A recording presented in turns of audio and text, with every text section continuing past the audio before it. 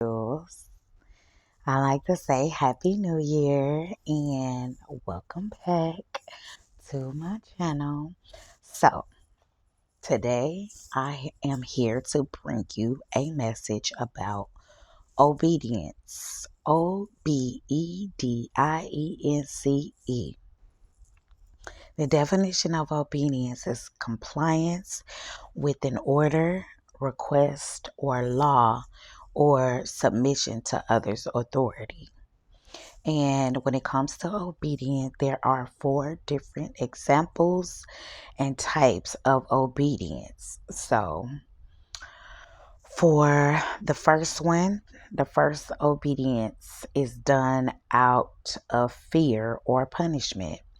So, example, so say your parents are coming home and you a teenager or a kid or something like that, and you have some chores that need to be done, and they have asked you to do that before they come home by the end of the day. So, and out of fear of what the punishment might be, as far as something being taken from you or you being on punishment or something like that, then you will go ahead and do what is asked of you. Number two is learned obedience, which is a formed habit, and that's taught by either your parents or society. An example of societal obedience is, for example, like laws and stuff like that. So I'm going to use the example of driving on the road. So, of course, when you get your license and everything like that, and you are able to drive, in order to get that, you have to pass the test and stuff like that. So, you need to understand the laws and rules that you need to follow when operating a vehicle. So, say you stop at a red light. Okay, you may think in your head that a red light is stupid, but it's not. It's there to protect not only you, but also the other people that are on the road and also the pedestrians that are walking on the street. So rules are necessary. Stop signs and stuff like that are necessary because usually when there are stop signs, they have crosswalks.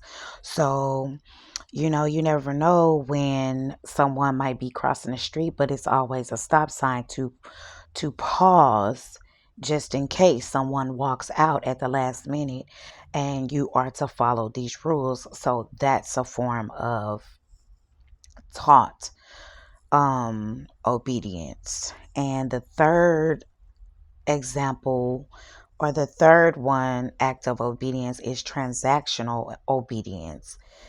And transactional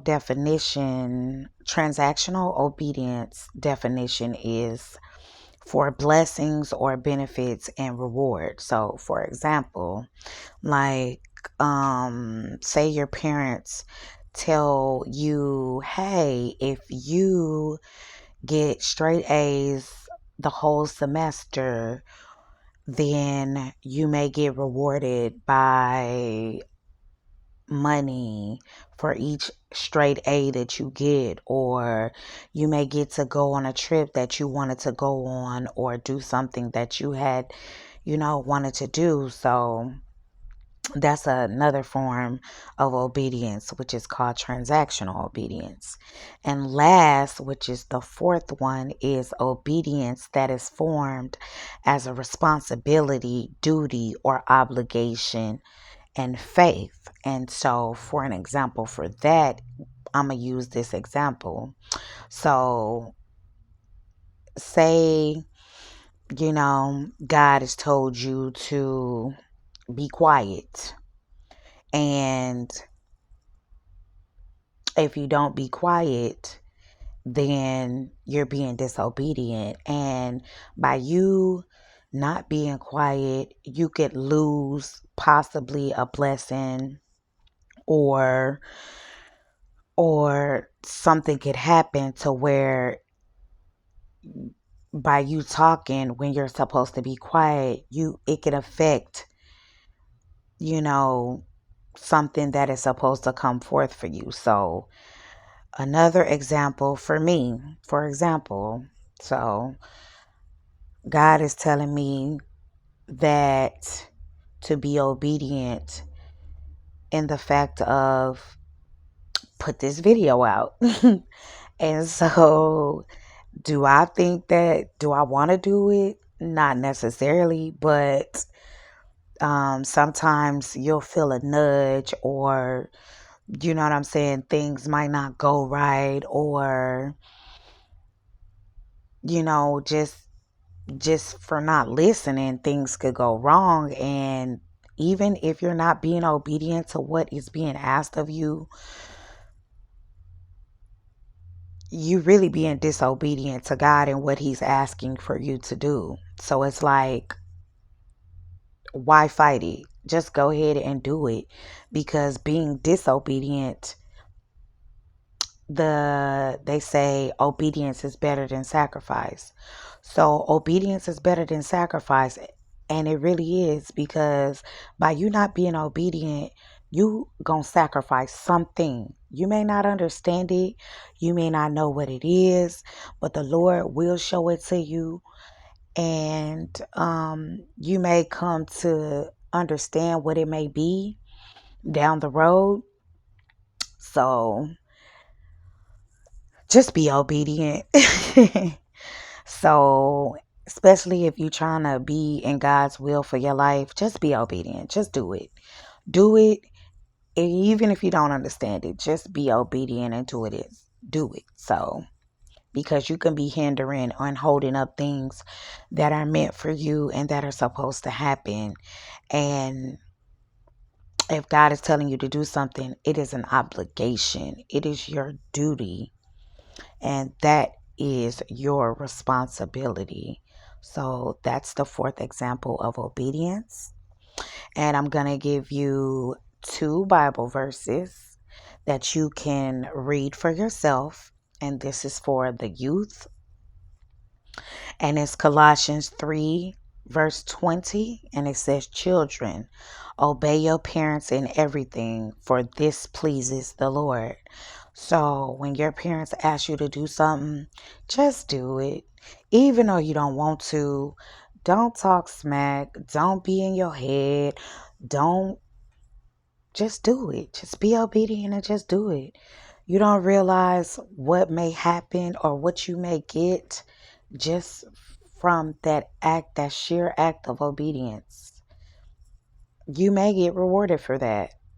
And then for my adults, I have Isaiah 1:18-20, and it reads, if you are willing and obedient, you will eat the best from the land.